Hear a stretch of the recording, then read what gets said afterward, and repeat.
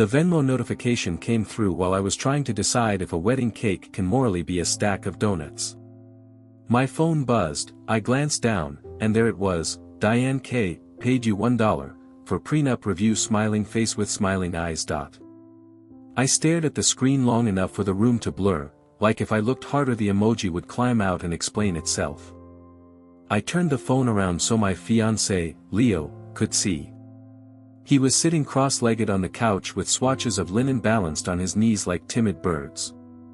Your mom just paid me $1, I said, for a prenup review. He took the phone, frowned with that exact expression babies make when you take away their dangerous keys, and said, oh. She mentioned something. Standard stuff. I think she thinks it's cute. The $1. Like, so you can't say you consulted and weren't compensated? He said it like a question because my face had started doing the things it does when the world mislabels the weather. Cute, I repeated, as if the word were a lemon I could taste test. Did you know she was going to send me a legal document via Venmo memo?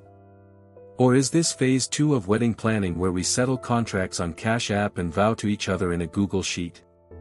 He winced. Okay, yes, horrible delivery. I can talk to her. You don't have to. The email arrived before he finished, subject line, Family Asset Protection, Draft, Friendly, Balance Scale. The body said, Hi Maya.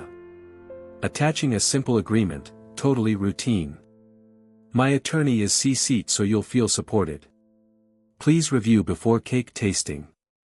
Hugs, Diane. The attachment was a PDF named FAPA_V6_final_final.pdf, which is how you know a document has lived through 6 little wars. I opened it against my better judgment. The first line used the word party of the first part, which should be extinct by now. The second line said, whereas, which made me want to lie down. There were sections about separate property and business interests, fine. A clause about how gifts from his parents are non-marital, okay, and then a paragraph that read like a performance art piece about control. Holidays shall be observed with the Kelso family, maternal, on Thanksgiving and Christmas Eve unless otherwise agreed in writing. There was a bullet point satirically titled, Brand Alignment, which seemed to say I couldn't disparage the family on social media, which is hilarious because I have 342 Instagram followers and most of them are bots named Olga. Leo read over my shoulder. Oh, he said, quietly. That's more than I expected. There's also something here about returning the ring to the Kelso family if we divorce, I said. Like I'm a rental. I swallowed. And a clause about what we name future hypothetical children. Family continuity via names. Leo put his head in his hands. Mom. We'd known this part of the story might arrive. Leo is the only child of a mother who can make a charcuterie board feel like a contract. Diane runs a small empire of home goods stores in 3 states and conducts herself like she's been interviewed by glossy magazines about morning routines. In her orbit, planning is love. Love is planning. She's also a widow, 10 years now, after Leo's dad died in a car crash on a night that still makes them both talk in the present tense when they're tired. She has opinions about safety and the correct placement of knives and who in a family should pilot things with firm hands. I respect her. I do not want to be employed by her from my kitchen table. I'll call her, Leo said. She thinks it's, he paused, looking for a word that wouldn't make me set the couch on fire. She thinks it's normal. Lots of people do prenups. Lots of people do prenatal vitamins too, I said. Delivery matters. I handed him back the phone. Tell her if we're going to talk about this, it's lawyer to lawyer. Me to your mom via Venmo is not a process. He nodded, and I watched him dial. He walked into the bedroom to talk, because he thinks a door gives a conversation courage. I took a deep breath and opened the refrigerator because cold helps me think. There was a jar labeled lemon curd with a post-it that said, no touch, wedding test, and I ate a spoonful anyway out of principle. I could hear his voice through the door in that too polite register you use when the person you love is also the person you need to tell a thing they will not like. No, Mom, no, it's not about love, Maya isn't, Mom. Stop. I want a prenup because you've been telling me to have one since I was 15, I don't want this prenup. Yes, there's a difference. When he came back out, his face looked like a boy who'd just promised to take the dog out during a hurricane. She wants to have us over on Sunday to talk through the vibe. I don't talk prenup vibe over quiche, I said. I talk prenup vibe with lawyers. Maya, he said, and rubbed his forehead. He does that when he's trying to reconcile his old job, being Diane's son, with his new job, being my person. She'll take it better if we show up as a united front but gentle. She hears lawyers and she thinks the world is getting litigious. She hears boundaries and she thinks the world is getting mean, I said. We can go. I'll eat quiche and nod. But if she hands me a pen I'm going to draw a picture of a dinosaur on that line. He smiled in spite of himself because I always draw the same dinosaur, badly. It's our tiny ritual of not taking things too seriously when the limit to how serious we can get starts to glow. On Sunday, Diane opened her front door wearing a cardigan that said, "Autumn is a personality." The house smelled like cinnamon and furniture polish and intention. Her living room had that catalog perfection that makes you wonder where they hide the cords. She hugged me too tight and then too gently, which is her brand, she's always calibrating. "We're so excited," she said. "I have a little board," and by board she meant the kind of charcuterie that should be behind glass in a museum. "And we can just go through the highlights. It's really simple. This protects the store, our staff, our suppliers. We've worked so hard, and you'll benefit from that stability. It's good for you." And, frankly, my attorney included a few family norms that just make life smoother. We believe in honest holidays, for instance, none of this switching every year and feeling torn. We host Thanksgiving. Christmas Eve. Done. Peace. You'll thank me later. I looked at Leo. He had that half smile you make when all the words you want to say are playing Ring Around the Rosie and no one wants to stop. "Diane," I said, "it's not that I'm against a prenup. It's that I'm against a mother-in-law writing it and CCing me from a Hotmail address." "It's Outlook," she said. "I'm against being paid $1 for legal advice," I added. "That's not how conflict of interest works. I'm also against naming our firstborn son Calvin because there was a Calvin in your family line in 1923. She blinked. Wasn't that charming? Then she frowned, like a teacher at a cartoon. "You're laughing at me, which is fair, but don't do the thing where you laugh and then say no to what you should say yes to. You're smart, Maya. You know the world. A prenup is smart." "I am not saying no to a prenup," I said, and watched her recalibrate in real time. "I'm saying yes to a fair one. One we write with independent counsel. One that protects the store and also the person your son is choosing. I'm not a risk to be mitigated. I'm a human being who wants your son to have a retirement account that doesn't depend on your mood." Leo coughed so hard he pretended it was a laugh. Diane sat down, slowly, like a queen who just discovered her throne is a beanbag. "Independent counsel," she said. "Yes. Of course." She looked at Leo. "We can pay for Maya's attorney. We want to do this right." "Thank you," I said. I also thought, money is never not a string with you. We did it right. I googled premarital attorney and picked a woman named Rosa who wore boots like she could stomp out a small fire with dignity. She met me in an office with a plant so enormous I felt judged by it. "Say everything," she said. "I will parse." I did. I said I get why people protect businesses. I said I also get how women get screwed because they waive everything because they think love and money shouldn't be introduced at parties. I said I love Leo and want a life where we don't have to ask anyone's mother for permission to buy a couch. I said the word, whereas, gives me hives. Rosa nodded, like she ordered lots of these symptoms. You'll want full disclosure from his side, she said. List of assets. A timeline. Documents. You'll want your own list, too. You'll want to be careful about alimony waivers, judges don't like those unless they're fair. You can ask for things beyond money, like a holiday rotation.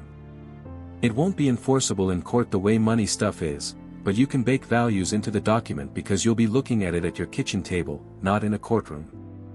We'll negotiate. We will not argue with his mother by email. She sent a letter on serious letterhead to Diane's attorney, not Diane, and that act alone felt like a prayer. It said, "We represent Maya." It said, "We request disclosures." It said, "All communications henceforth should be between counsel." It had the tone of a school principal who knows how to stop a food fight. We got disclosures that were both too much and not enough, a spreadsheet of assets down to a dusty camping trailer in Montana Leo had inherited and forgotten existed, and a paragraph at the end that said, estimated monthly gift support from parents, variable, discretionary. That line made me feel like a character in a Victorian novel who has to curtsy to an aunt for an allowance. Rosa flagged it in red. If they plan to continue assisting, fine. We do not want that assistance to be conditional on your behavior. Rosa proposed a prenup that did the boring, good things. His business remains his separate property, any growth from it during the marriage remains separate unless he commingles, my savings remain mine, gifts remain separate, inheritances remain separate. A fair alimony provision if we split after a number of years, we both keep our premarital retirement accounts, marital property is what we acquire together, we disclose debts so I'm not blindsided by a secret credit card. She also included an exhibit titled, Family Expectations, non-binding, that said, among other things, holidays will be alternated. Decisions regarding children will be made by the parties. Extended family will be consulted as desired, not by default. It read like a manifesto written by someone who has watched people survive their parents and still love them. The pushback came, as pushback does, in a wave and then a lull and then a wave. Diane called Leo and cried exactly as long as someone crying strategically cries. You think I'm a monster, she said. I'm trying to keep you safe. He said, I know you are. You're also trying to keep control. She said, of course I am.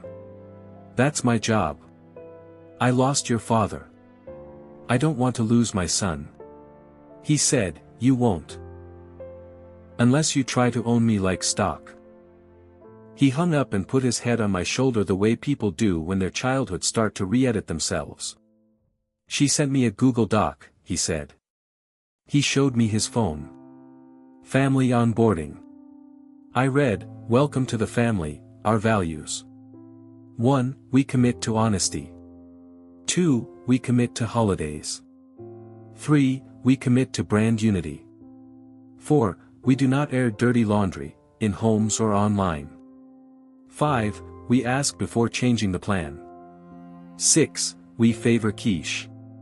There was a section that said, offenses and restoration, as if forgiveness were a spreadsheet. I wanted to be mad.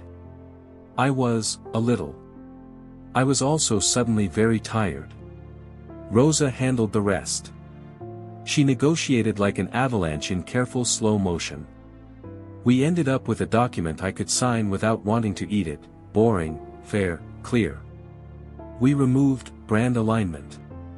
We removed holidays as a legal term and made them a human agreement. We removed any hint that my personhood was borrowed merchandise. We kept the store safe.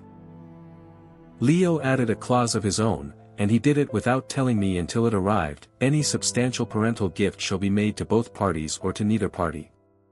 It wasn't enforceable on Diane, obviously, but it was a promise between us, a move against triangulation, a way to tell the future we wouldn't let money become a pet someone fed to win attention. We signed at Rosa's office on a Tuesday that smelled like rain and coffee. Diane didn't come, of course. She sent a text that said, proud of you both. Can't wait to celebrate, which is the correct thing to say when you've been gently overruled. I expected relief to arrive like a parade. It was quieter. It was like switching off a machine I hadn't realized was humming. The wedding machine kept going because that's what wedding machines do. We argued about napkin colors with more heat than napkins deserve, which is how you know you're normal. Leo's cousin Maisie volunteered to sing and then sent 5 videos of herself singing in a bathroom, which is love. The cake became a stack of donuts because I won that battle by presenting the baker with a sketch of a donut tower labeled Structural Integrity, and he fell in love with me on the spot. I thought the story was over. Then, a week before the wedding, Diane sent a Venmo. $500. Memo, for prenup, thank you face blowing a kiss. I stared at my phone, then at the ceiling, then at Leo, and laughed in the terrible way you laugh when you can either laugh or develop a twitch. Is this her idea of closing the tab? I asked. Leo shook his head. I think it's her idea of showing she's generous while being in charge of the ledger. I sent the money back. Memo, for cake, no strings. The app asked me if I was sure. I was sure. Diane called within the hour. I'm trying, she said without hello. Can't you see that? I'm trying to be generous. You are generous, I said, honestly. You're also used to generosity being your way of steering the boat. I'm not comfortable with money that announces itself in a memo line. If you want to contribute to our wedding, send it to Leo privately and tell him it's a gift to both of us, with love. Or buy the flowers. Or bring brownies. Or bring nothing and bring your good face. My good face, she repeated, and I heard her smile against her will. That's a big ask. You have a great face, I said, because it's true and because flattery is not a sin when you are building a bridge. Bring it. She brought brownies. They had walnuts, which I hate. I ate 2 out of symbolism. On the morning of the wedding, she handed me a small envelope while the makeup artist was trying to convince my eyelids to trust shimmer. For you, she said. No strings. Inside was a handwritten note that said, thank you for protecting my son in the one way I didn't know how, by protecting him from me. There was also a folded copy of a check written to the florist, paid in full. The memo line said, flowers for Maya and Leo. We both pretended not to cry because there were professionals around. The ceremony was outdoors because I wanted the sky to be a witness and because Leo says vows echo better with trees.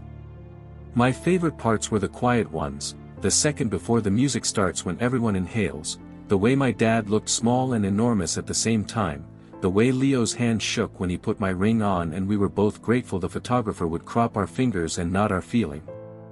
We said vows we wrote separately and inadvertently themed around choosing each other on Tuesdays. Everyone cried the way people cry when they recognize something, even if they can't name it. At the reception, Diane gave a toast and she did not mention business or brands or holidays. She told the story of the time Leo sold lemonade in the cul-de-sac in December and she stood in a coat pretending to be a customer so he wouldn't give up. She looked at me and said, Maya, thank you for being the person who will stand in the cold for him when his ideas are ill-timed, and then she said, and thank you for saying no to me when I needed to be told no, and I watched a room exhale. If this were a movie, the credits would roll over a long shot of the dance floor while a song about golden hours played. In real life, after midnight, my shoes made a choice for me and I sat on a curb with Leo and ate frosting with a fork. We talked about nothing and about everything, which is our marriage pattern now, the grocery list and the great migration of our past habits into something better. The prenup sits in a drawer next to our passports and a letter from my grandmother who still writes like a detective. You are generous, I said, honestly. You're also used to generosity being your way of steering the boat. I'm not comfortable with money that announces itself in a memo line. If you want to contribute to our wedding, send it to Leo privately and tell him it's a gift to both of us, with love. Or buy the flowers. Or bring brownies. Or bring nothing and bring your good face. My good face, she repeated, and I heard her smile against her will. That's a big ask. You have a great face, I said, because it's true and because flattery is not a sin when you are building a bridge. Bring it. She brought brownies. They had walnuts, which I hate. I ate 2 out of symbolism. On the morning of the wedding, she handed me a small envelope while the makeup artist was trying to convince my eyelids to trust shimmer. For you, she said. No strings. Inside was a handwritten note that said, "Thank you for protecting my son in the one way I didn't know how, by protecting him from me." There was also a folded copy of a check written to the florist, paid in full. The memo line said, "Flowers for Maya and Leo." We both pretended not to cry because there were professionals around. The ceremony was outdoors because I wanted the sky to be a witness and because Leo says vows echo better with trees.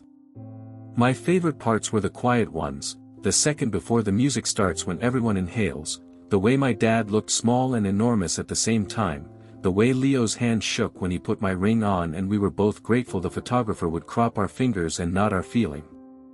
We said vows we wrote separately and inadvertently themed around choosing each other on Tuesdays. Everyone cried the way people cry when they recognize something, even if they can't name it. At the reception, Diane gave a toast and she did not mention business or brands or holidays. She told the story of the time Leo sold lemonade in the cul-de-sac in December and she stood in a coat pretending to be a customer so he wouldn't give up. She looked at me and said, "Maya, thank you for being the person who will stand in the cold for him when his ideas are ill-timed," and then she said, "And thank you for saying no to me when I needed to be told no," and I watched a room exhale. If this were a movie, the credits would roll over a long shot of the dance floor while a song about golden hours played. In real life, after midnight, my shoes made a choice for me and I sat on a curb with Leo and ate frosting with a fork. We talked about nothing and about everything, which is our marriage pattern now, the grocery list and the great migration of our past habits into something better. The prenup sits in a drawer next to our passports and a letter from my grandmother who still writes like a detective. We haven't looked at it since. But when Diane sends us money for a weekend away and the memo line says, "For nothing, love," we go, and we send her a photo of our feet in a place we've never been, and we caption it, "Tuesday," and she texts back a heart, and then a second heart, because habits don't die, they retire to Florida and send postcards. Last week, we were at brunch and a woman at the next table was crying into a stack of pancakes while her friend said, "He wants a prenup, I don't know if that means he doesn't love me." I wanted to mind my business. I also wanted to slide them a note like a high school guidance counselor. Leo squeezed my knee, the sign for, "Don't be a meddler," and I didn't. But on the way out, the friend caught my eye with that wild glance you shoot at strangers when you want permission to be okay. I said, quietly, "A document can be a way to say hard truths kindly. If someone's mom is driving it, get your own driver." She laughed through tears and said, "Thanks," like she would forget it and then remember in a grocery aisle 3 weeks from now when she needed it. At home, I put our wedding contract in a box with our vows and a napkin from the donut tower. On the lid, I wrote, in marker, "We choose boring fairness over dramatic control, because that is the least cinematic sentence in the world and the whole point." Diane came over for dinner and made a joke about Venmo and we all laughed and then didn't. She asked me for my biscuit recipe and I gave her the real one, which is the other point. Boundaries don't mean withholding. They mean you can give without resenting the hand that takes. Sometimes I think about the $1 and how tiny and enormous it was. How a dollar can be a joke and a territorial flag and a cry for help, and how the trick to family is learning which is which before you throw it away. Sometimes I open Venmo, scroll through payments, and see, "For prenup review," in the history. I can't delete it. That feels right. It's a little fossil of how we learn to talk. Next to it are lines that say, "For donuts," and "For gas," and "For being the person who cleans the burrito without being asked," and that's the life, the ledger that matters, the one we write with time and towels and apologies. Diane signs her texts now with nothing at all, which is how you know love grew up. On Thanksgiving this year, we're going to my parents', at Christmas Eve, we'll be at hers, on the Tuesday in between, we'll we'll eat takeout on the couch and choose each other in the ordinary light of our kitchen. If there's a memo line at the bottom of that moment, it will say, "For everything," and we will consider it paid.